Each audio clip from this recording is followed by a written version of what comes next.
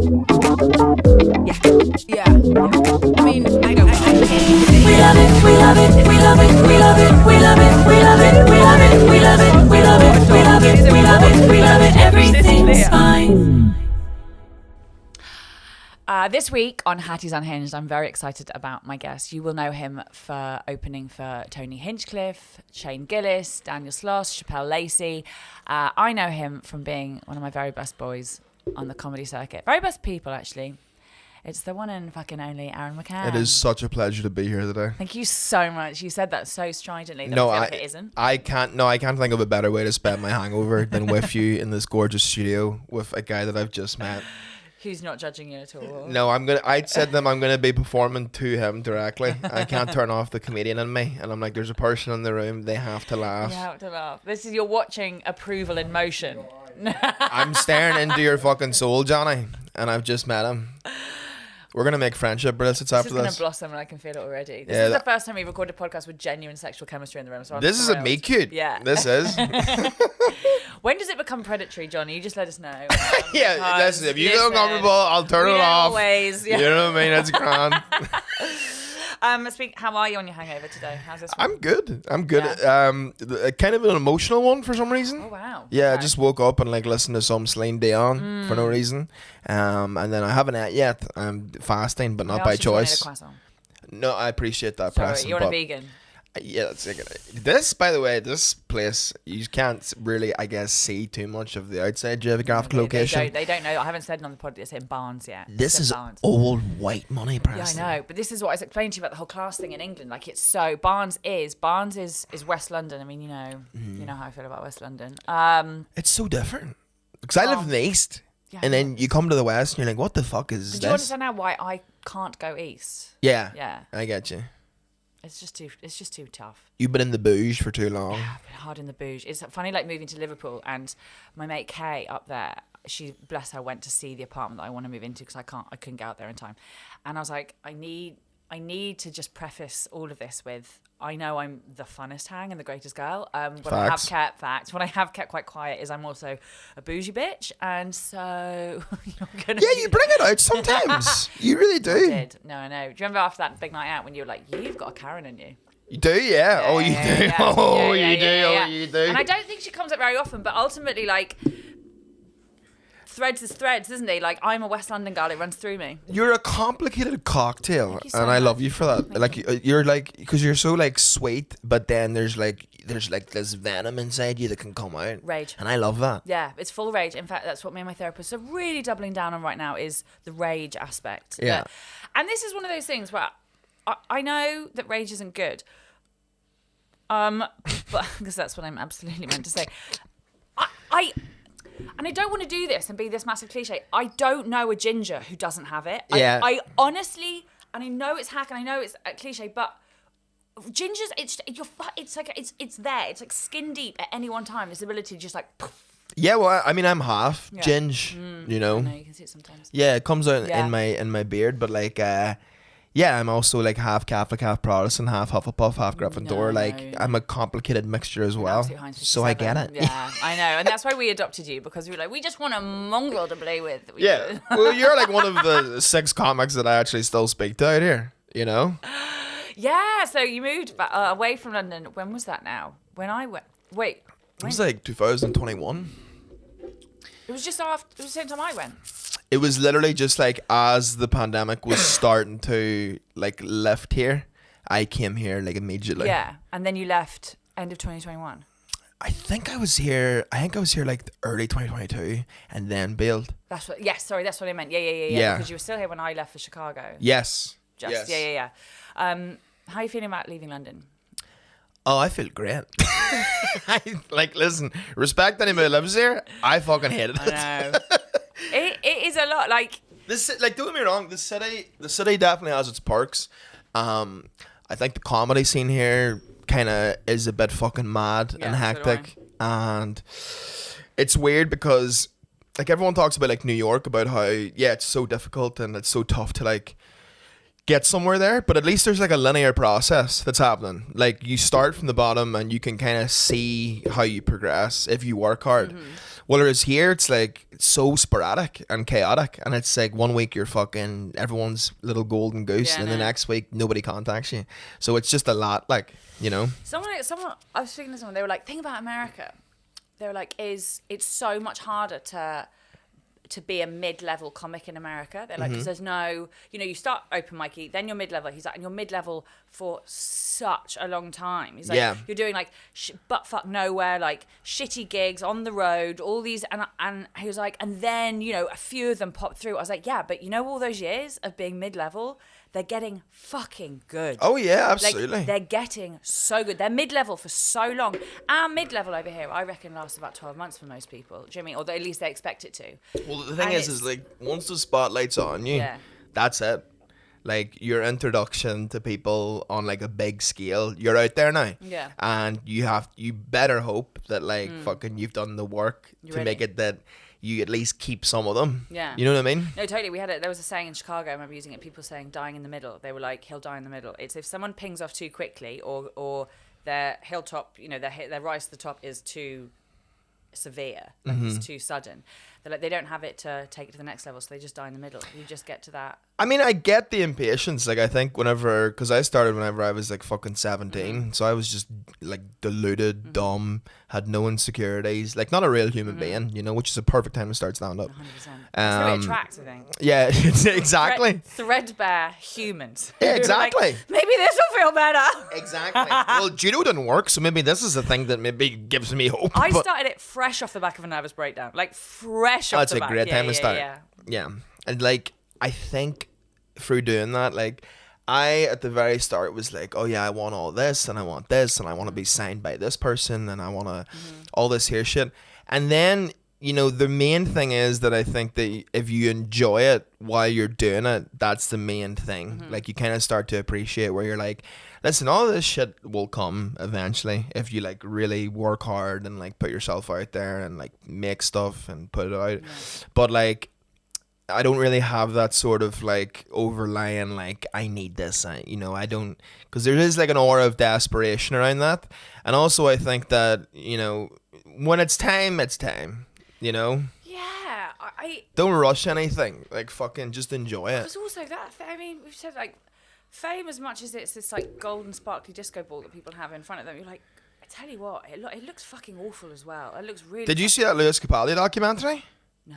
Oh God, with his Tourette's. Jesus Christ! Yeah, that shit would like put you off doing anything. Because he got famous. No, I think he already had it, but then it was what's the word, like dormant. Oh yeah, it's been worsened by like the fact he's such in the public eye, like, and you think about fame on like that scale where it's like, you know, like he can't go anywhere. You know what I mean? Like, he goes into a restaurant, he like feel eyes darting at him. But also I think he's got that persona where, because he's so approachable and he's so relatable and he's so all about being an everyman despite his music, he's so all about that. I think people feel like got an ownership over him.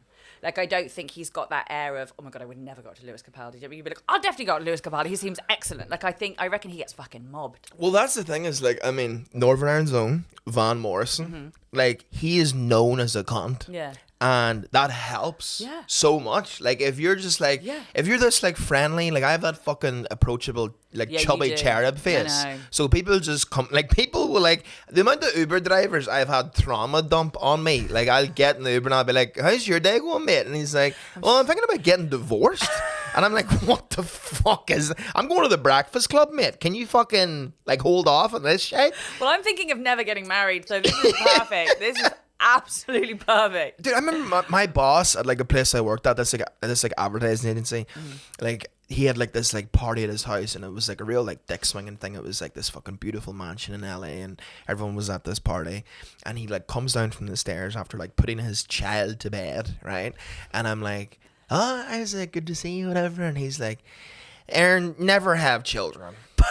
Like, they're great, don't get me wrong. Like, he's like, you're supposed to say it's like the best thing ever happened, but by God, do I miss just having freedom and being able to do the stuff I used to do. I feel like I lead like half the life that I used to.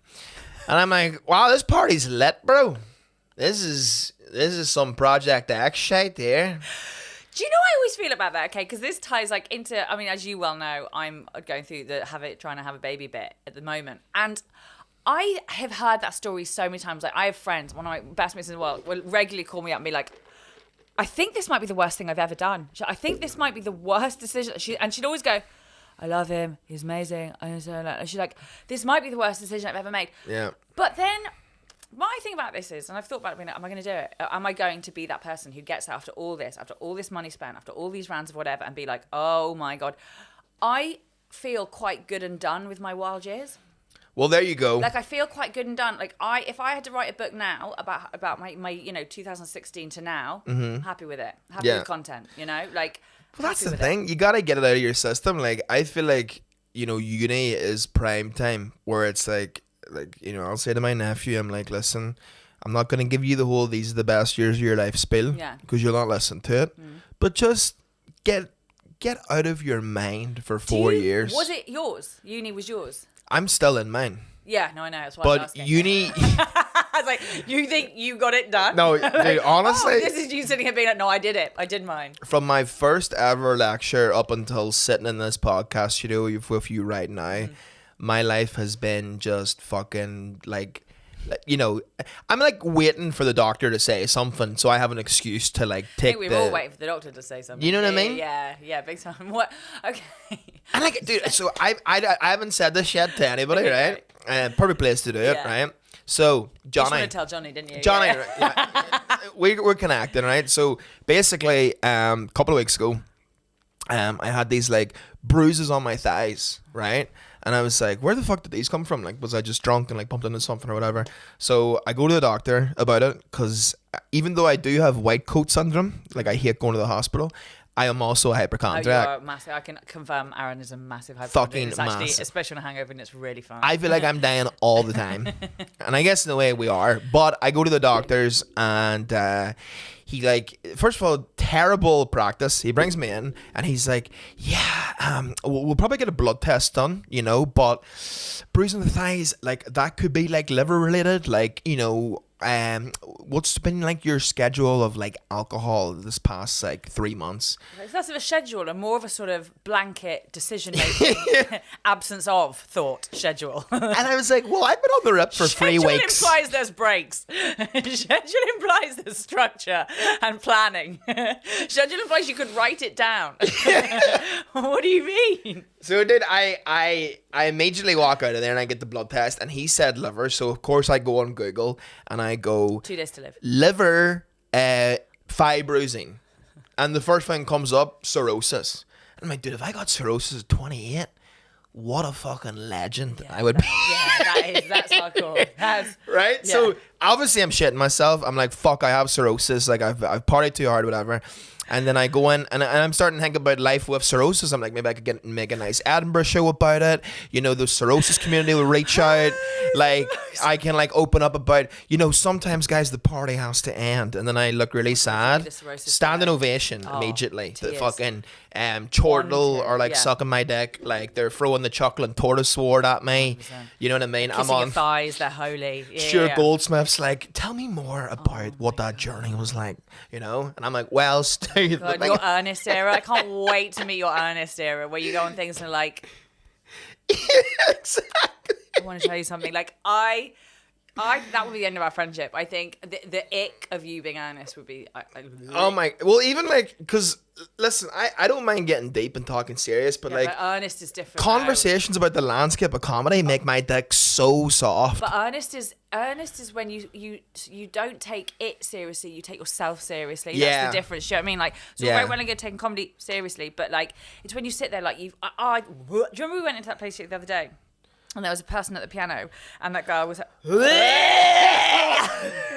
bitch was in the middle of Soho House singing her fucking heart out while her mate. I would have if she was actually singing her fucking heart out. You'd have been like, okay, she's paid to be here, she's been asked to be here. That's like an evening entertainment. But it was there was a piano, and I guess her mate played the piano. She was like, okay, like, yeah, let's have a few sings. So she was like half-assed singing, trying to be casual about it, but singing for reals. It was like we walked in. I was like, I absolutely can't sit in this room. Like, I will heave. The idea, and then as we were leaving, that guy, then she's like the whitest person alive. She might even have had an Alice band on, and the guy was like, "Why don't we try like a jazz traditional?" I was like, Yeah. if I turn around and hear the sound of someone to watch over me tinkling on the piano, I will hang myself in this venue. But see, this is the thing. This is why I'm so grateful to be from Northern Ireland, because we are taught from birth to hate ourselves. Thank God. Like Thank God. we're just taught that you're insignificant, your dreams don't matter. It's embarrassing to have dreams. Like, the fact that I want to be a stand-up comedian is so embarrassing. I hate it. Like, why can't I just be a brickie, you know? No. But also, sorry, too many tabs. Oh, sorry. Did you have cirrhosis? I don't have You don't have cirrhosis. Okay, great. So what do you have? I just unfortunately get heavy petted. No, I have perfect bloods, which you can't make an Edinburgh show out of I'm that. thrilled for you. Really. You know? I mean, I think you're lying, but I'm thrilled for you. No, they were like. They said you have perfect blood. Yeah, they said. Well, no, they didn't use the term perfect. No, They were I don't like. think they did. They said it was good. They said there was room for improvement. Alcohol levels, though, they were like, this is fine. And I was there like, can you check out again? Unbelievable. Yeah, I don't know. I think I got a girl that was on placement. Did she get the vein? Because I don't know if that sounds right. Yeah, you got Paul Gascoigne taking your blood. He's like, this looks pretty good to me. This seems pretty good. Yeah, Well, so I feel for you. I know, but I mean, my point was of all that was, sometimes I'm like, fuck, I would love an excuse to go off booze because I think I could do it very easily. Do you? Yeah, like I've had periods before where I've been like, okay, I'm checking on myself. We're drinking too much. Let's go off it for 6 months, get a nice clear head, and I'll do it, no problem. But God, do I enjoy the Yeah, I rip. know, that's the thing. And I'm so good at it. You're great on a sesh. I'm so good at it. Do you know what I said to someone else? I was like, I love the taste of alcohol. I love it. Dude, there's love it. nothing better than like a real nice cocktail, or like a pint of Stella on draft when you've had like any sort of admin to do in your day at all. Chef's kiss. You know the Thank things God. in films where someone's like, she's like usually like a divorcee and she's in beige and her kitchen's amazing and it's like 7 p.m. and she's having a glass of red wine. Yes. I tried to get into the wine. I can't do wine. No, I believe that. I can have like a glass of red with a steak if I'm, if I'm kind On of a date. Yeah. If I'm trying to impress. Oh, lovely year, and but I can't. That's not me, No, I know. It could be though. You never know what you're going to become. You never know what you're going to evolve into. Well, yeah, because I used to might be hate like a guy mushrooms. with- I Yeah. love mushrooms. I know. I got Well, bored. no. We have. I was one of my favourite calls of all time. 10 a.m. Beautiful sunny day in England. Beautiful. Living my life, like thriving. Get a call from Aaron McCann. I know he's in Vegas. I was like, oh, this is so nice. He's just calling to catch up. It's probably like, after a show. Aaron McCann is off his fucking nut and having a full panic attack spiral. Dude, I'm like schizophrenic on the phone there. Like I'm freaking out. I'm in the middle of a really bad trip. His voice had regressed to 13 where it was on the break. So one bollock had obviously like shot up and he was like, Preston, I'm just having a bit of a, I'm just having a bit of a spiral. Could you just say some lovely things? Because so I had to wait on an Uber, right? I was outside this venue and I was waiting on an Uber and it said it was going to take 10 minutes. And like everything that I'm looking at is freaking me out. And I'm like really sensitive to noise at this time. So there's an ambulance, that's freaking me out. There's two lads shouting at each other in the street, that's freaking me out. Lad, you ever really look at a rat? Like really look at a rat? Chicago, they're massive. They're Lad, gross. a rat went past me and I was like, this is Satan at They work. look evil. They They're look fucking evil. evil hoers. Kill them all. Anyhow, I call up Hatty because I can't be in my inner monologue for 10 minutes. And I'm like, Hatty, you were like, how's America? And I was like, Hatty, I don't have time for that shit. I'm having a really bad time right now. And I just need you to say really nice things for 10 minutes while I wait for my Uber. And this fucking champion went right into it. No questions asked. No like, what? You're on mushrooms? What the? Didn't give Didn't give a shit. give it. Stood into it, goes, you have a lovely aura. You're a nice person. And I was just sitting like, so loved. yeah, I masturbated to that No, night. and you should. And what is amazing is if you told most comedians on the scene that Hattie was a go-to for lovely affirmations, they'd be like, like, They're like, the bitch who takes a notebook around so that she doesn't have to talk to any of the comedians in the green room. Like, Katie bought me that book for my birthday, which was Hatty's joke book, and then / prop, so I don't have to speak to anyone at a comedy show. Oh, wait, I remember one of the comedians who I genuinely despise coming up to me once and being like, you're always writing. Like, you're always writing when I see you. And I was literally like, yeah, I just love the craft. I love the craft so much. I love this so much. I'm so thrilled that I am that to you. Spread it around, tell everyone. No, absolutely. Actually, don't tell everyone I'm that lovely, because then I'll have to be nice to everyone. Yeah, then you'll be approachable. Yeah. Actually, this takes us nicely on to the Unhinged. So we're obviously in the context of this old babe trying for a baby by herself, and so talking about decisions or moments in your life that you've something has looked unhinged from the outside. People around you, people who love you, have been like, "Ooh, you sure?" Like, what are the moments when you look back on in your life where you go, that looked to people like I was unhinged, but actually it was dead on for me, and it was absolutely the right thing, and I'm thrilled I did it? So 2014, second year of college. Okay. I still am, but back then it was like One Direction fangirl level, like an illness. Like a massive fan of Tyler, the Creator. Oh, thank God. I was terrified it was One Direction. Like, yeah, okay. No, I know this. So in 2014, I was at uni, and I went to see, like, Tyler, the Creator used to have this website. He was on this website, called Forum Spring, which cyberbullies loved it. It was like a place where you could go on and post like anonymous questions to people. And he just had one. So I would go on all the time and be like, what's your favorite piece of music from Charlie Wilson? And like stuff like this. I'd just be like fanboying out and like asking questions and hoping to one day get a reply. And one day he put up a post about how he got Kanye to perform at his own festival. And he like kind of tweeted it into existence, like tweeted about it like 5 years ago. Yeah. And then he put the tweet right beside the picture of him on stage at his festival. And I went in Forum Spring, and he was like, this was my dream. Like, anybody who's in any sort of field or whatever that they're trying to fucking make stuff happen in, keep doing your shit, keep working. Like, all this shit can come together if you really work at it.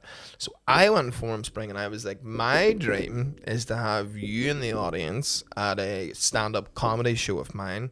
I listened to all your albums before I go on stage. You actually kind of inspired me a lot to start stand-up. And he responds to it, and he says, when you have something in LA, let me know, but don't get your hopes up. So I immediately got my hopes up, put all my eggs in one basket, and I got to meet him at a show that he did in London. So I flew out here for the show. Same year, so you're still second year. This is second year of uni. Yeah. So this is like you're 20. Yeah, I'm 20. Yeah. So I want to say like March of that year, and I go to the show, and I'm like talking to the guy at the merch stand, and I'm telling him this story about that I've had this interaction with Tyler, whatever, and he was like, hey, well, after the show, hang around, like, just maybe even stand here, and then if we can do it, I'll like take you up to the green room and let you meet him, right? So I go up to I'm like fucking freaking out. I'm like walking up these stairs. It feels like 20 miles. It's like literally a 20-second walk. And I get into the green room, and he's there with like the rest of like Odd Future and stuff like that. And I'm just kind of standing there, and I'm nervous as shit. Like, can't speak, like literally just fucking paralyzed up. And they broke the tension very well, because he was like, damn, this guy's never been around black people before, right? So I'm laughing at that. Which coming from Omar, not 100 miles off. Dude, we have 3 of them, I'm friends with all of them on Facebook. But I burst out laughing, and then he's like, yes, you do stand-up, right? And I was like, yeah, I do comedy, yeah. And he's like, shit, yeah. He's like, I was talking to you about coming out to LA. And he's like, well, we have this festival in November, Camp Flogna. Like, you should come out to it. That'd be so fun. And I was like, yeah, I mean, I could probably swing that. I'm making big bucks. I could get a flight to LA, no problem. Probably re-shed a seminar or something. Probably had an essay in early or something. Talk to the big tutor, see what I can do. So, dude, I go home, right? And I say to my mom about what happened. And I was like, I have to go to this. Like, I have to go. Where was it? This was so Camp Flogna was in LA. Okay. So I'm like, I have to go. Yeah. And she's like, well, if you can get the money, no problem, but I'm not fucking funding it. And I was like, fair enough. I understand. So I go to my bank. At the time I had a Bank of Ireland account. And I walked in there and I was like, hi, I need an overdraft because I have had my laptop stolen. It didn't happen. And we got our windows broke at the house. We have to pay for that. And they're like, okay, so how much would you be looking for? And I was like, $3,000 should cover it. And they're like, yeah, we can't give you that. Are you fucking insane? They're like, no way. And I was like, well, what could you swing? And they're like, we could give you like £500. And I was like, yeah, it's not going to cut it. I don't think I can do that. So I'd given up on this dream. Yeah. And as I'm walking back to my house, I see Danske Bank, right? And I walk in and I'm like, hey, I'm kind of like I'm currently a Bank of Ireland customer, but I'm not really satisfied with how I'm being treated there. I don't know. I'm happy with them. I think it's a bit toxic, and maybe I'm not being heard, or like my truth isn't being listened to. I don't feel seen at the Bank of Ireland. They're not bringing out the best of me. Like, and I'm like, hypothetically, right? Like, if I was looking at a student overdraft from you guys, what could you do? And they're like, oh, well, we have the Danske Freedom account, whereby you come in here and you can take up to £1,500 out, but you can do that in exchange twice for your freedom for the rest of your life. Exactly. You just have to hand over the keys to your life. And they're like, it's interest free until you turn 28, and then after that, small interest will be added to it. But is that what you want? And I was like, yes, that would be relevant to my interests. And I was like, so would it be a hassle if I was to leave Bank of Ireland and come with you guys? And they're like, no, we'll do all that for you. And all your current subscriptions and stuff like that you pay for, we will contact them ourselves and bring them over to us. And I was like, can you do this today? And they're like, do you want to do it today? And I was like, yeah, that sounds good. Immediately now. So this guy goes, sets it up. I'm now a Danske Bank member. Mm-hmm. And I go to him, okay, so with the overdraft, $1,500 would be great. And he goes, yeah, no worries. That's no problem. And he goes, well, what's the money for? And I was like, I need a new laptop. We got our windows broke. And then he goes, so how much do you need? And I was like, $1,500. And he comes back and he's like, yeah, I can transfer that into your account within 3 days. And I was like, I might be pushing the boat here, but is there any way I could get that in cash, like now? And he was like, because typically Macs and like to be paid for in cash. Typically, the Apple Store love it when you walk in with a wad of cash to pay for a new laptop. He goes to the back into the money storage and comes back with the $1,500, puts it in my 20-year-old hands, and like looks at me and goes, "Enjoy the laptop, big man." And I was like, "Oh, he knows." He fucking knows. This man. So I walk out of Danske Bank, which just so happens to be located directly opposite a Thompson's Travel. Oh, we went for a travel agent. I go into Thompson's. Thompson's. This is the sweetest thing I've ever heard. And I go, I want to book a flight to LA, November this year, and I want a hotel as well. I mean, obviously you look like a human trafficker at this point. Yeah, absolutely. Just this 20. Who's this Macaulay Culkin fucker coming in here with £1,500 and no job? What was it, like Dunstan's Day Out? You know, the kid and the monkey. Like, I'll need to buy a monkey. Like, Thompson's been like, I'll need a flight. I'll need a flight to LA. Like, oh. So they book it, and then I'm like hyped up like fuck. I'm so excited, and I tell my mother, and she's like, "Are you retarded? Are you literally retarded?" Right?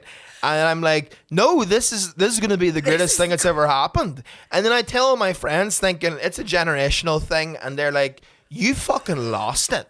You took out an overdraft to fly to America in the hopes that this man's gonna come watch you do stand up." And I was like, "Yeah, but I actually think it's gonna happen."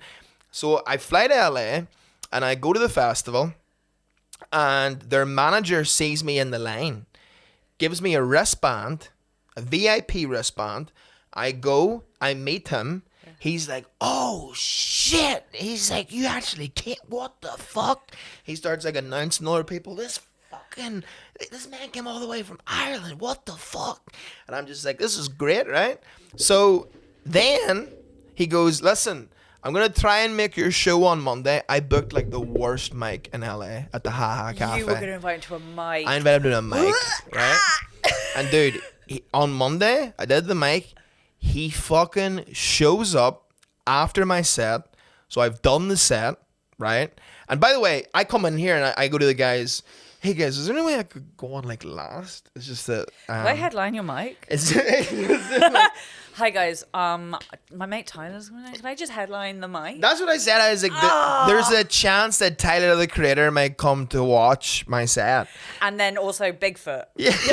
And the guy's like, hey, can you hear that? Guess who's coming? Tyler, the creator's coming here tonight. For people who might be listening who don't understand what a mic is in America, an open mic in America is literally a room someone has found full of scuzzy, gross, tired, angry comics. It's hell on earth. Holding notebooks, trying to say their newest funnies and trying to make each other laugh. Like it's hell. It's kind of amazing and church for a lot of us, but it is so gross. It was great. And then the guy's like making passive aggressive remarks like, yeah, I heard we got Jay-Z coming in the week after, right? So I do my set, get off stage, and then literally I'm on my phone about to book an Uber, and he walks through the fucking door, and I'm like, oh, fuck, this is actually happening, right? And then he's like, fuck, did I miss it? He's like, traffic's fucking crazy. I'm so sorry. He's like, I got here as soon as I could. And I was like, oh my fucking God. Rugby tackle the guy on stage. Be like, I'm going to need that mic back. So I asked to get up again, right? And they put me on the show that happened after, right? There's no one there. The audience just stayed, right? So I get on. So people whose food just hasn't arrived yet. Yeah, exactly. Again, we have to stress audience are people who got hostage situation into a mic because they just picked that place and then comedians started talking. Yeah, so I go up and perform to like fucking 7 bringers, and I then invite him on stage after because I knew they were recording. And he comes on stage, says a few words, and then at the end of the night he gave me like this like speech, and it's the only reason that I have like any self-confidence at all. He was just so like, you know, I was like, holy shit, this is like my fucking hero, and he's like giving me this big old speech. And then I uploaded the video to YouTube and sent it to my friends, and literally the next day I woke up in my hotel and my ma called me and was like, hey, I've just had MTV ring this house. But what's so funny, right? Because my ma, we had to train her because God love her, like I love the woman of pieces, but fuck me, she's thick. And not like Cardi B thick, like Lenny from Of Mice and Men thick. She's fucking so stupid, but I love her. But we had to train her, like, Mum, you can't, like, people that ring up to the house and ask for your bank details, that's not because, you know what I mean? This is the guy from Danske Bank trying to give you an overdraft. Yeah, exactly. Yeah. He's just a real giver, this guy. But what we've done is we've fucked her up because now she trusts nobody that isn't in the family. So like this guy called up and was like, hey, is that Mrs. McCann, whatever? And she was like, it is I. Or is it? And he goes, hey, it's Chad from MTV. Big story about your son. Apparently did a mic last night and met Tyler, the creator. And she goes, don't you fucking dare ring this bastard house again. She goes, I've had it up to here with you fuckers ringing vulnerable people like me, fucking trying to drain every cent out of my fucking widow's pension. Don't ever call this bastard house again, and slam the phone. So my ma told MTV to go fuck themselves, which is God so bless funny. That woman. You know those things on TMZ when it airs like an audio. All I wish is that had come on. Is just this woman from Omar like gnawing the balls off a man. Yeah, it was just calling beautiful to be like, just wanted to ask about your son. I was so proud of her. That's incredible. But yeah, totally unhinged on the outside looking in, and I understand why. Yeah, and like again, if knew. I wasn't so young, maybe like 28-year-old me would be like, if I heard someone doing that, I'd be like, good luck with that, lad. But yeah, it worked. So I was like, fuck it. Sometimes unhinged is good. It is. And actually what it's done is, I mean, I love, because you bumped into him a couple of times since then, Tyler. And he said something lovely to you last year when you bumped into him in his t-shirt, the shirt store. Yes, he was opening the golf store in New York. And it's one of my favorite stories. Do you want to tell it or not at all? Yeah, I like bumped him. Like I kind of, went to the store. There was a massive line. It was opening day. And the manager was outside having a cigarette. I was like, hey, Clancy. I was like, how are you? And he was like, Aaron. He's like, dude, you're everywhere. And I was like, yeah, it's probably not the best look, you know, just be traveling around the world wherever they're at. And then I caught up with him. He like knew that I was applying for a visa. He was asking what the story is with that. And then he was like, I was like, well, you know, I'd love to go into the store, but I actually have a gig tonight. But it was great to meet you again, and it's so great to see you. And again, I appreciate everything that you've done for me. And then he goes, oh, you could just like head in. He's like, just go in. And I was like, all right. So I go in, just literally, I'm just there to buy a t-shirt. And then he's there. I had no idea he was going to be there. Yeah. He's chatting to these two girls. I was like, I don't want to interrupt this conversation. I'm just going to go buy a t-shirt. And if he just so happens to be free, then I'll talk. And I buy the t-shirt, and I'm standing there waiting for the girl to process the order. And he walks past, and I'm like, well, Tyler, how are you? And he's like, what's up, man? Thanks for coming down. And then he like does a double take, and he goes, oh, shit. He's like, dude, how the fuck are you? And I was like, he remembers. He's a listener. And he just, again, gave me this like fucking, every time I bump into him, like, I just get like, so charged up from just like advice, and he's just like, it's just so surreal to think about, because like since that time that he came to see the gig, like he's won a Grammy fucking twice. He's like got his own like luxury clothing line now. Like the guy is like a superstar. So to have to think that someone like that actually remembers anything to do with you at all is very crazy. And I'm definitely forever a fan because of that, you know, I love for sure. That. Yeah. Series and Unhinged, it absolutely paid off. Absolutely. What are the ones that didn't? Were you Unhinged where you look back and everyone was like, I don't know, McCann, if this is the right one, and then they were right. Everyone was right. Oh, God, that's a good one. I think during the pandemic... this is one of those things where, again, I didn't seem like unhinged, and then someone like talks to you post-pandemic, and you're like, oh yeah, I probably didn't look the best. I used to do a Patreon podcast every Saturday where I would drink a 70cl of pink gin and just like talk for an hour, just by myself. Okay. In my room, where there was a bunk bed in the corner. Like I would do. Just so I can see it. Yes. You were in your room which had bunk beds in it, which is firstly lovely. Yes. With the 70cl of pink gin. Yes. Just stream of consciousness as a podcast. Yes. That's lovely. Yeah. So a televised nervous breakdown. Essentially. A televised descent into alcoholism. Essentially, that's what it was. Yeah. And I used to walk the golf course every day, and I would drink my pink gin. And I thought that I was living like a 1920s playwright. Anyway, this guy, really? Sincerely. Yeah. And then my friend was like, yeah, you know, I didn't know how to word it, but I was like very close to reaching out to you, being like, is everything okay? But I was having a great time. Yeah, but this is the problem though. And also only a male comedian could document the descent into alcoholism as art. Like honestly, like it's incredible. It's so beautiful, and Patreon it. Yeah. So charge people. Charge people to see my breakdown. That's genius. Right? You guys are unbelievable. I have to say, I don't ever charge someone to watch my nervous breakdown. I've subjected my friends to watch a nervous breakdown, and bless her, Hannah, my best friend in the world, I just pushed her too far. Like there was one, I think I'd quit. And when I quit a job, as in back in the day, back in hurricane season, not now, I'm very loyal now. When I went through a stage from 2016 to 2000, when I went to Chicago, really 18, I went through so many jobs. And when I say I quit them, I didn't just quit them. It was like blaze of glory, thunder and lightning. Like, yes. Quitting. Like it was. And I think I'd done my 6th in a row. And this one I'd taken apart the whole cafe. By the time I left, I think I'd got the manager fired, the general manager fired. 2 of the waiters had left.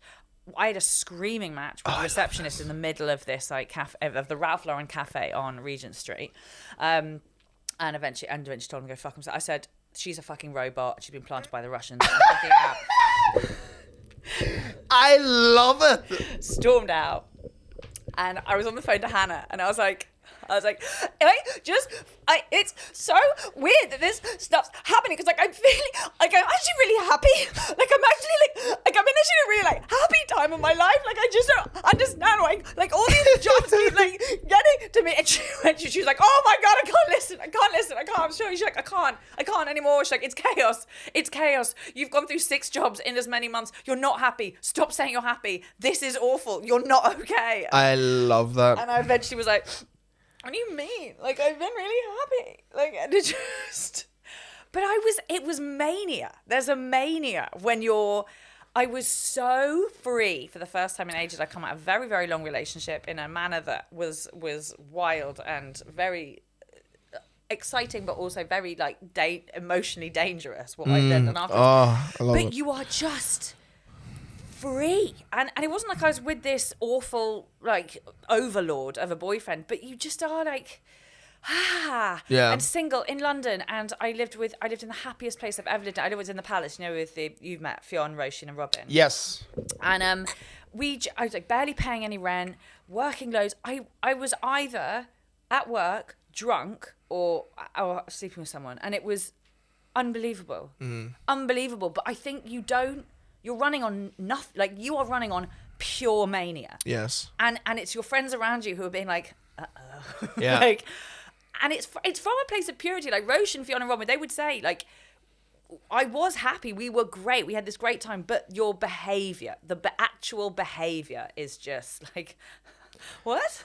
Yeah, I think that's good though that you have like relationships like that, because besides the pink gin gate, like I've never had someone like be like, are you okay? Yeah. But I don't think so. I think that either, to be fair, like I don't think I've ever had like a mental like fucking going mad.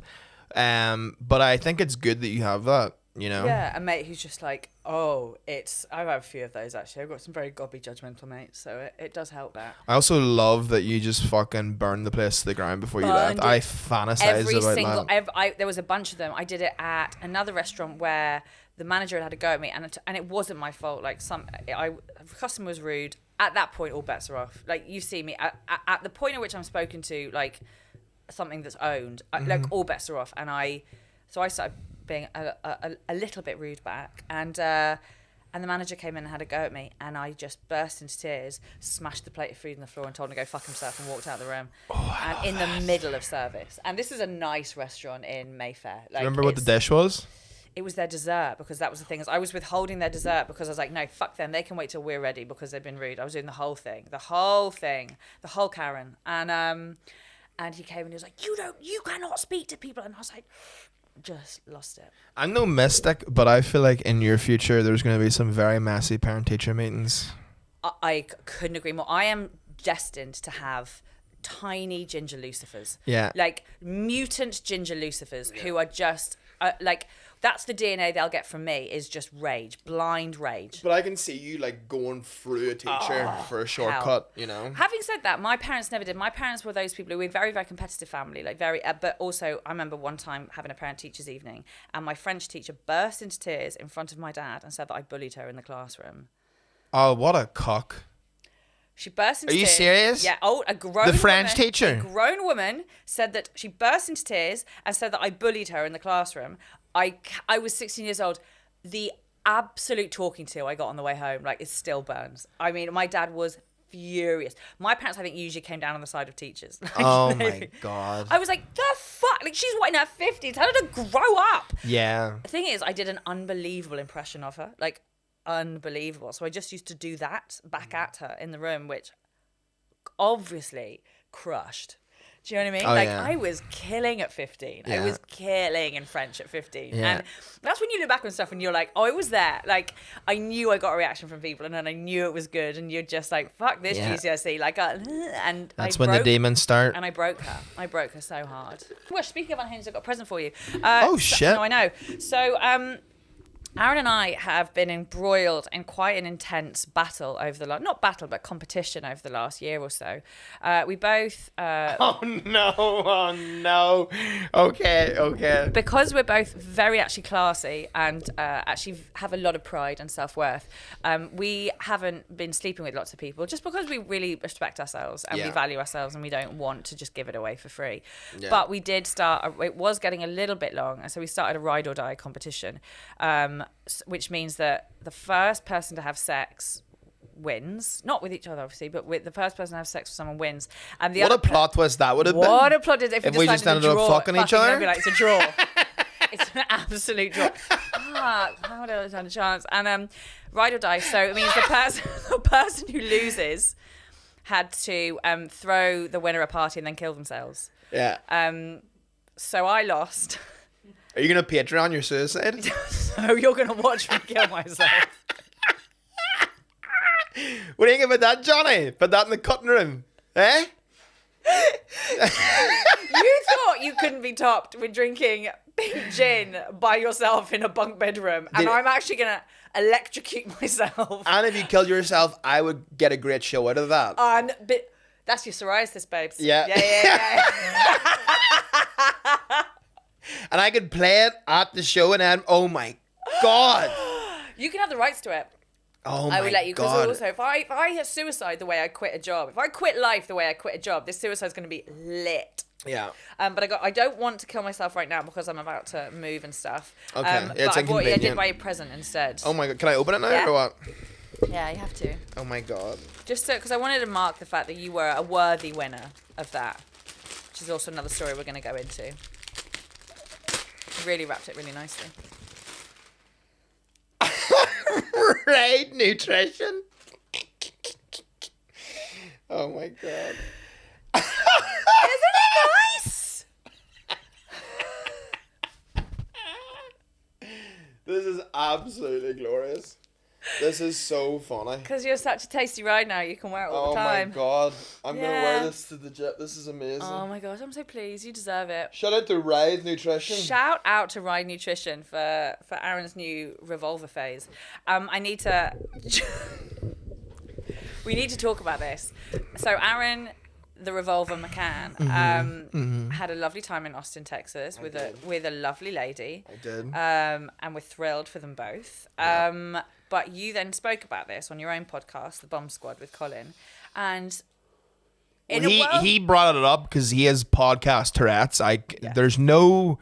People are like, wow, you're so open on podcasts and so vulnerable. choice. I have no fucking say in the matter. Because I tell this cunt, and then there's any kind of dead air at all. He's like, so yeah, you fucking like fucked a girl in Texas, right? I'm like, you fucking asshole. That's like a off the air conversation.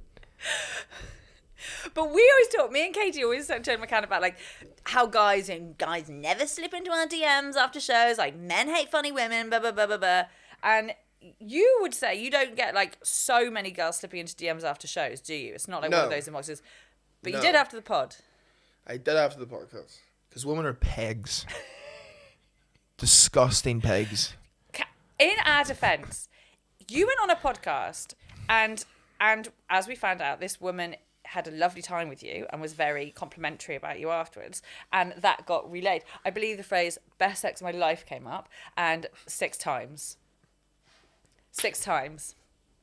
Now, any woman out here on these motherfucking streets trying to make herself happy and get her rocks off, that is fucking Mecca. Well, like, you can't. I said, like, that's you. What you did was go on a podcast and gave yourself a Super Bowl commercial. That's what you just did. Like, it's the sweet spot of we're all sitting here dealing with guys who are like either just talking about themselves for 2 hours and then fingering you like they're digging for blood diamonds, and this fucking revolver 6 times. It's like, well, I wonder why my DMs are popping off. Well, here's my advice to ladies. Okay. Oh, okay. good. Yeah. I'm gonna speak for women right now, because it's about time someone did.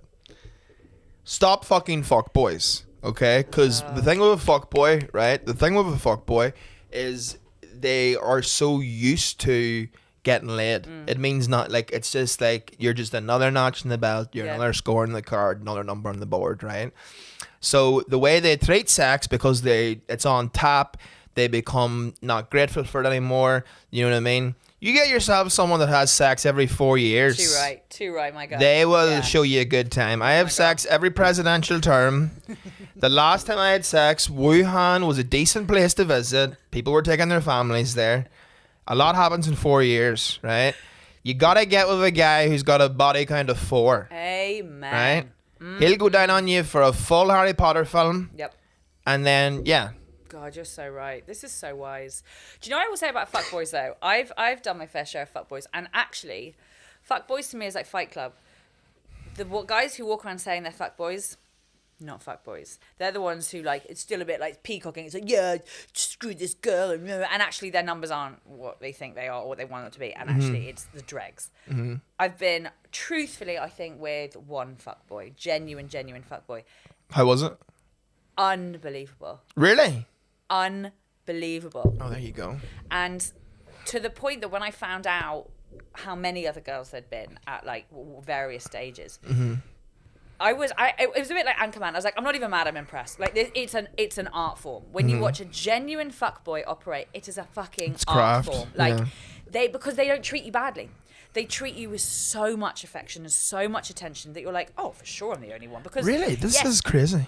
That's what I mean about real fuckboys. Real fuckboys who are racking up the numbers, you have no idea. Yeah. Because they know that if we knew, like I went out with one guy who was giving it the like, oh, I'm trash, dude, I'm trash, I'm a trash guy. And I was like, well, I don't fuck trash. Like they know that we don't like to be one of 1,000. So a true fuckboy, you haven't got a clue. You have absolutely no idea that you are one of 1,000. And they are all in and they're decent and they're thoughtful. And it feels like, oh my God, this guy's, because he's a fucking genius. He's a genius. It means that he's got a selection of people, all of whom are like, he's so good to me, he's so nice to me, who can come around whenever he wants. Yeah. It's unbelievable. And they're good at it. Are you a fuckboy, Johnny? No, not for you. No. Would you be a fuckboy? I know you don't have you have too much morality to be a fuckboy. Would you be it if you could? Like if someone came through, like deal with the devil, you're going to plow through women for 2 years, but you're not going to have your heart and soul. It's like a long pause. It's like a really long pause. No, I'm really like thinking about it in my head. Yeah. No, because here's like every time I've done it, I literally feel like after the day after with that woman in Austin, right? Shout out to my lover. Yeah. It was a great time, don't get me wrong, but the next day I was like, the police are gonna come and get me. Like I've done something That's wrong. the Irish, isn't it? And then also I was like, there's always a fear of pregnancy, all this here shit. That was one of my favorite. Like I fucking shit myself all the time. Like I remember one time I in secondary school fingered this girl and I was like, I had a wank 2 hours earlier. Have I like lodged semen up her vagina and now she's gonna have like a finger baby in 9 months? Yeah, finger baby. And I was like googling prams. I was like, shit. Like I'm still doing like GCSE homework economics. I still shout out to schools for giving you sex education, but not really. No. I had so many similar ones where I was like, fuck, I've just used I've used a hand towel. Like maybe I accidentally passed my porn and knickers up. I could have it is hilarious how many people have that. Like they give you sex education, but just under the exact amount whereby they would say, do you know there's a 24-hour window in a month where a woman can get pregnant? 24 hours. They missed that bit out. Yeah. Completely missed that bit out. Yeah. So bless you, you're Googling prams at Toys R Us's because you pull the old todger out in the morning. I absolutely love it. I literally would dude, the amount of instructional videos I've looked up on Pornhub is like ridiculous. Like just like a fucking porn star with her tits out being like, here's how to safely put on a condom, and she's got like a fucking cucumber, puts the condom on. You're the and only like, person I know who watches Pornhub with a clipboard. Yeah. well, I'm educated and turgid. What a delightful combo this is. It's fat. Like, God bless you learning from them. That must be a real shame. They have you have to trust professionals in the industry. You know what I mean? They know a condom. Yeah, exactly. I mean, at this stage for me, condoms are a myth. Do you know what I mean? Like, do they exist? I don't know. I personally don't like it. Nope. And also, I've been very fortunate that the 4 lucky women that I've been with, they have, their own means of protection. Like IUDs, So they say. the bar, Do you know women the lie? pills. Yeah, but I trust these women. That's so nice. That's really nice. So far, we're good. So when are we going to meet your Texas baby? Hatty, please do not put that into the universe. Please. Imagine if I did though enough, and then this podcast would be clipped. Are we clipped? And just replayed at the Christmas. No, I'm going to be fucking sick. Please. I can't do it. I literally can't do it. Can I have it? That would save me I would lot of stretch marks. absolutely give you the baby. Thank you so much. I would really use it appreciate as that. a means to get a green card first, and then I would give and you the baby. child. Yes, I know, would do well, that. This is fascinating because this is what my only thing about the whole process of doing it alone, which I have no problem with and I'm so excited about, is so legally in this country, the child has to be given the option to find their father at, it's either 16 or 18, I forget which one it is in England, US. And my biggest prayer is that if and when they ever decide to do that, which they don't have to or they can, but if and when they decide to do that, he's a good bloke at the end of it. Like, there's a good bloke on the end of that meeting. Yeah. I was talking to my nephew the other week, right, who is 18 years of age, and he has just started dating a girl, right? So he comes to old Playboy here for a bit of advice. Get you old. Uncle Playboy, you know?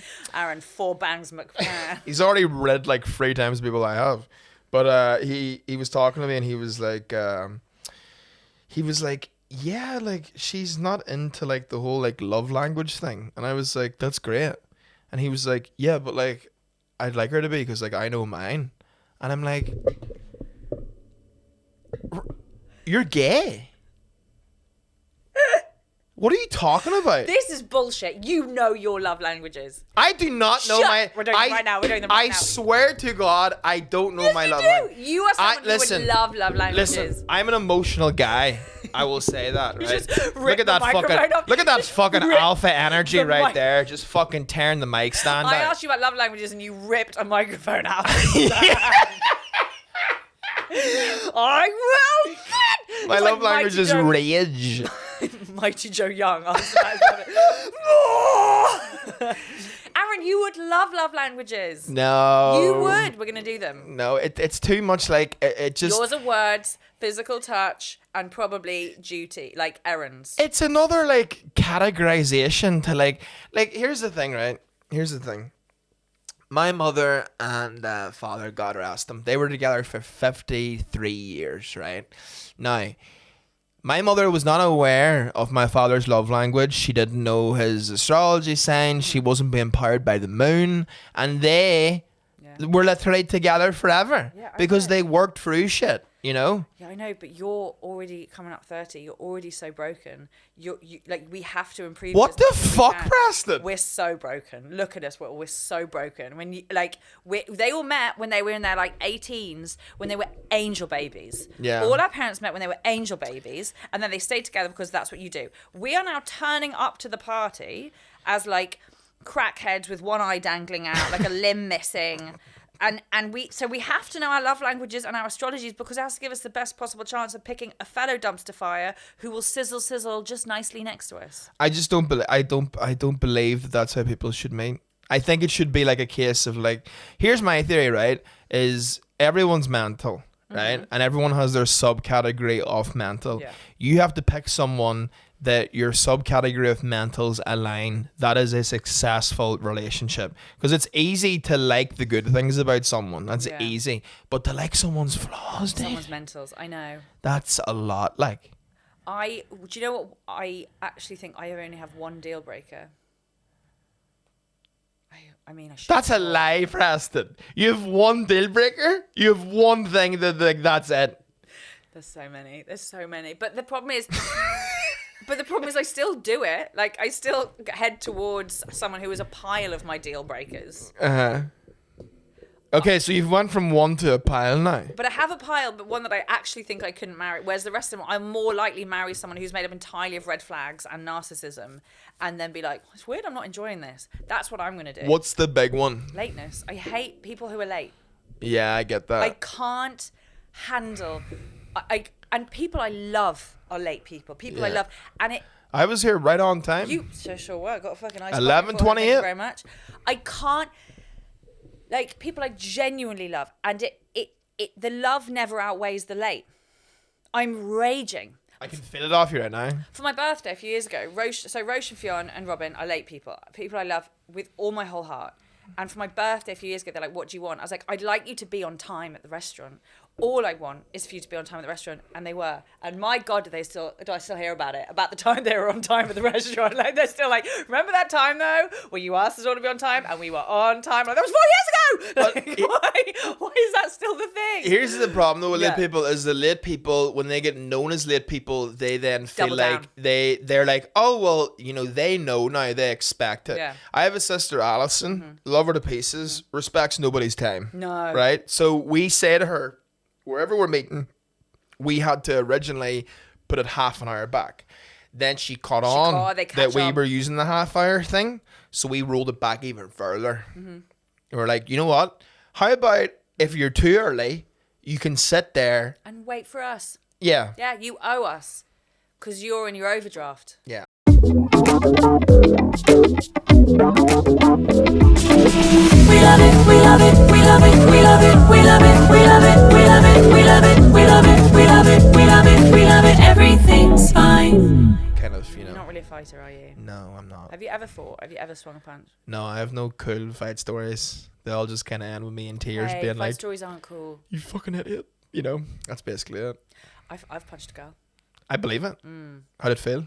Unbelievable. Yeah, I bet it did. 7 years old, absolutely caned it. I'd love to punch a woman. Yeah. Clip it! Johnny! Get to work. Get that in a reel. Subtitle it. Put a wee fucking JPEG in there. Even Katie and I cannot save you from Sometimes I think that you pick me and Katie because I'm going to pick two of the like formidable bitches on the scene, even though Katie actually isn't one. Because now whatever I do, I'm covered. Because I can be like, well, I'm friends with these two. Oh, you want to get through Hatty and Katie? Or see what they say? You want to get through the ginger and the very, very unapproachable? I have a woman friend. Yeah. They like me. Yeah. Oh my God. No, it's do you have anything here that says comedy? No, I don't think so. I have very earnest things, like Yeah. all the things I read when I'm sad. I have sad girl props. Yeah, well, this is a comedy podcast, just in case you guys forgot. So I may say things that I don't actually mean. I don't actually think about hitting a woman. Do you know what though? I did have one thought one time that we'll not go into it. Go ahead. Can I tell you something? You can tell me anything you Thanks like. so much. Okay, you know the whole like rape fantasy thing that girls have on Pornhub? God. I don't really have that. I don't have that. But you do have. Something about like when a man is physical, and I don't mean violent or aggressive, but when they can really like chuck you around a bit. Mm-hmm. Like the guy who I'm currently in love with. I know I didn't ride him, but I am in love with him. So actually that trumps it. I don't want to sully my love with carnal enjoyment. No, you have is far better. Because I'm in love. Yeah. But he did at one point say to me, he's like, I was being a bit difficult. It's just hilarious because I'm never difficult. And he was just like, oh, Preston, I'd spark you. And I was like... Is he from Belfast? No, he's Irish.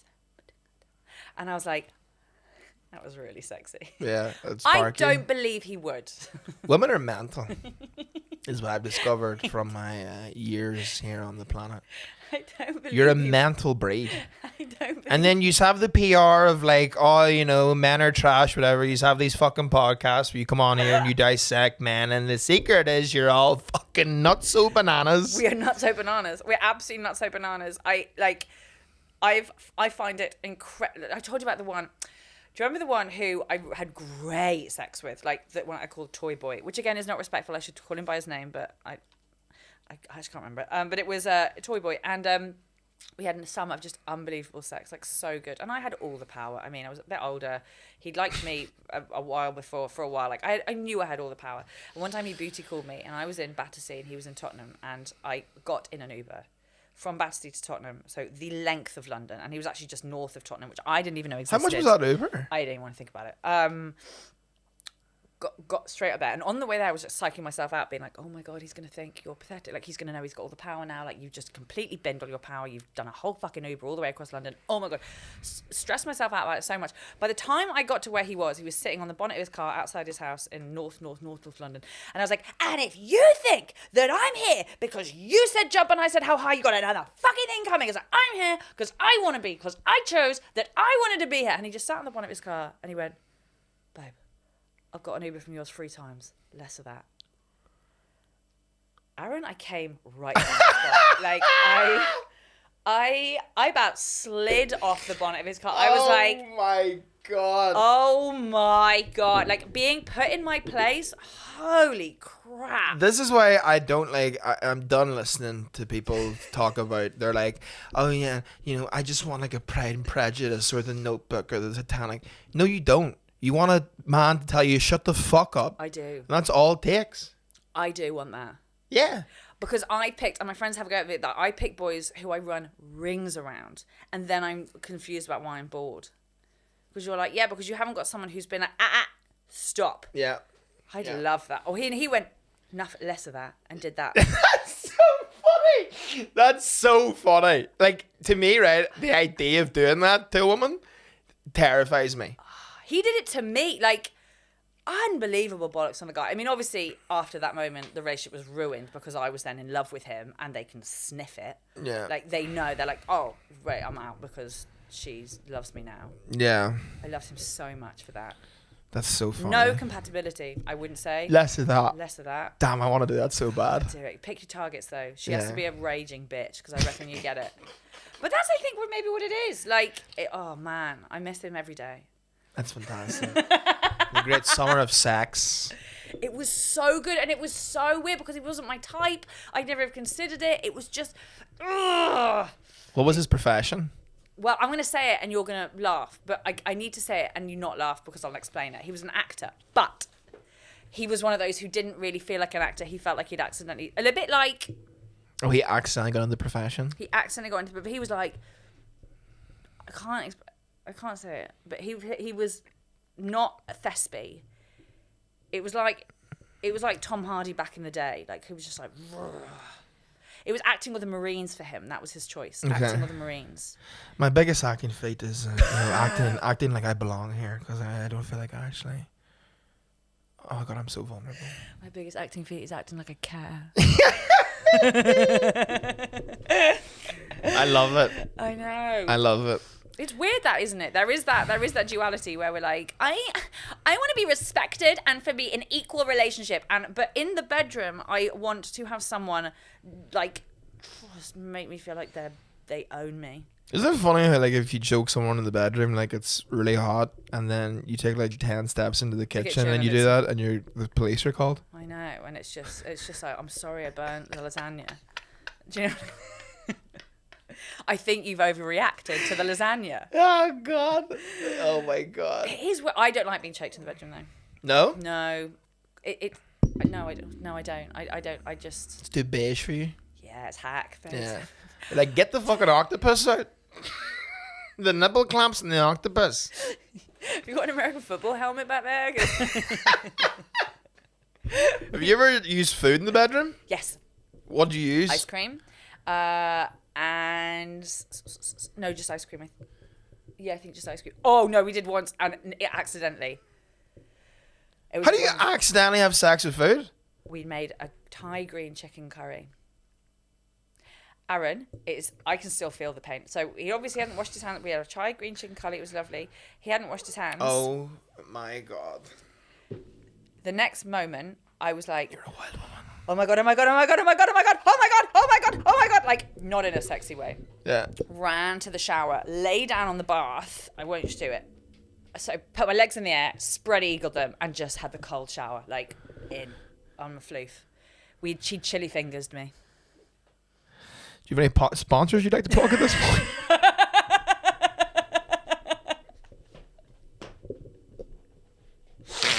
That's fantastic. God love you, Johnny. I don't know. Like, he's such a subtle character. Do you reckon I'd get Sharwoods after that story?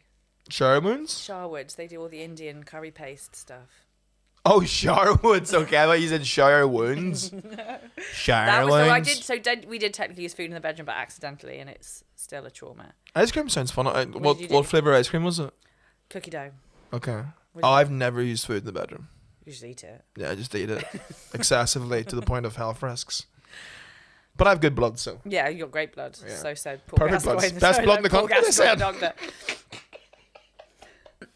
So the other final thing with Unhinged, obviously being it's a very witty double entendre because it obviously refers to the dating pool as well. Yes. And the Hinge and the apps. What would you say is the most mental you've ever been in terms of love? Obviously, you don't believe in love languages or anything to do with No. actual true romance, but that's not true. You believe in romance very much. When do you are there moments you look back and that's the most unhinged things that either happened to me or that I have made happen? I think the journal thing was pretty unhinged. No, I don't accept that. That's one of the loveliest things I've ever heard in my whole life. And I actually don't want to live in a world where Unhinged is thoughtful and incredible and brave. I appreciate that. You're so welcome. You can't have that other journal thing. Because that was thoughtful. That's actually, when Katie and I stop hanging out with you and phase you out, it'll be because the things you do for the women you like actually break our fucking hearts. Like, we're out here with people offering up, like in my case, taking me for a burger because, and I quote, I've got a 2-for-1 gourmet burger kitchen card, so we can go there. Legend. That guy deserves to have the soul sucked out of him. And then I do, and think it's nice. So funny. I've got a 2-for-1. Like flexing that. Didn't even just whip it out at the end of the meal. Told me we were going there because he had a 2-for-1 gourmet burger kitchen card. That is fucking tremendous. And then this fucking asshole's out here in the world, like, thinking of what they're into and how to surprise them when they're sad at work and, like, how to turn up and surprise them at the house. And we're like, ah! Yeah, but I don't know. I think from my experience, women don't actually, they think they want that, but I think when they get that, then they kind of get a bit like, oh shit, this actually might be a good thing. Really? Yeah, I think so. But then that's their shit, isn't it? It's what we were talking about the other day. Like, That's that's their their shit? shit. We should know that is a good man, a good heart and a good man, and those are the people we ought to be going for. When we don't, when we go, ugh, it's because we ourselves are so fucking broken and damaged that we're like, this feels not right. Someone being genuinely kind and genuinely thoughtful and genuinely invested in me, there's No, I take that back. Yeah, there'll be someone that does that too. I wonder what my wife's doing right now. I know. I wonder what your wife's doing right I hope now. she's getting fucking real, dude. Do you? Yeah, I hope so. Right. So you haven't got the thing of like, I want her to be untouched. No, You wanna know what she's touch her doing. way, lads. Get it in before I lock her down. But I don't want some white belt fucking, No, I know. You say that. Virgin Mary. But this is a whole thing. I remember talking prude. about it because I remember talking to a guy friend of mine and saying like, I think I'm just getting out. Do you think you just get it all out of your system and then it's done? Like it's just done. You've got it all out of your system. And he was like, I don't think it's ever out of your system. He's like, I think there's ever a point where you don't have urges for other people. It's like, but eventually you'll just meet someone who it's not worth it. It's not worth the reward. It's not worth risking Yes. anything. Yeah, I agree. I think whenever I'm in like a relationship, I'm able to sort of like turn it off slightly. Yeah. Like I look at people and I'm like, geez, you would ride that, wouldn't you? Yeah, but but I you obviously don't, don't yeah. because my baby princess is at home. If I got called a baby princess, I say that in jest. I would take the kids and leave. That's not a term I would rather actually use. I'd rather be sparked than called a baby princess. That was me being. I was being facetious on a comedy podcast. Ladies. Oh my god! I had a guy write a diss track about me after a breakup. Are you you did it a SoundCloud rapper? You are broken. No, it was better. It was so. I can't believe. Was he white? No, he was. Yes, yeah. Oh my god, Brett, you did it a white SoundCloud rapper. He was one of those like. "Bleh." Meticulous suspicious. That's how white guys rap. Meticulous suspicious and individualist. That's how white guys rap. It's fucking the worst thing. Eminem caused a diseased generation of white dudes that think they can rap. It's fucking awful. Every time I hear it, my dick gets so soft. There's a whole outbreak of it. He didn't. He actually sang it. What was his rap name? You know, he wasn't a rapper. He was a songster. So he wrote. He God. sat in his room, a bit like your bunk beds, and had a keyboard and would like earnestly play and sing songs into his camera. And then this one he did after I left, and it was like. And you've been a storm all over my heart. And the best line that my friends created forever was, and your shitty fucking attitude is making me feel this way. And I howled. Like, I saw this thing, bent double laughing, sent it to all my friends. I was like, I don't think this is the reaction he thought it was going to have. He presumably thought I was going to see this and be like, oh my God, I've really hurt this incredible soul. I was nearly sick. I laughed so hard. It was unbelievable. Yeah, you fucked Hobo Johnson. That's niche. That's niche banter. Someone will appreciate that. Do you know who that is? No, Hobo of course Johnson? I don't. He's a white dude that makes like really angry songs about his exes. Yeah, it's pretty funny. White guy Taylor Swift? It's like Taylor Swift, but like if you poured like a pint of Smithwick's on it. Taylor Miffed. And then let it ferment. You know. What's Mivix? Smithwick's. Smithwick's. Smithwick's, the beer. What beer is that? Smithwick's. Have you heard of Smithwick's? You just made up a beer, I think. No, I haven't. Are you saying Give it a goog, Johnny. the Smithwick's? Smithwick's. Smithwick's. Smithwick's. Smithwick's. SMITHWICKS. Smithwick's. Smithwick's. Smithwick's. You're saying the. It's the. Smithwick's. There we go. Smithwick's. Smithwick's. I went down to the boozer, got myself a pint of Smithwick's. District line takes ages, doesn't it? Fucking standing ovation. Fucking bullshit. Are you opening for Mickey Flanagan? Is that what? No, Mickey Flanagan. I won't have that. I won't have that on record. Mickey Flanagan's a fucking great comic. He's a gem amongst the sea of shite. I know. I think on that, seeing as you're now at the point of making up beer for content, I think we should end it. Aaron, you're my favourite person. Thank you so much for coming on this. So likewise, it's been such a pleasure to be here. This is a lovely studio. I hope this podcast is a roaring success. You deserve it. Johnny, this is one of the best first impressions I've ever had. I love this. Yeah. Well done.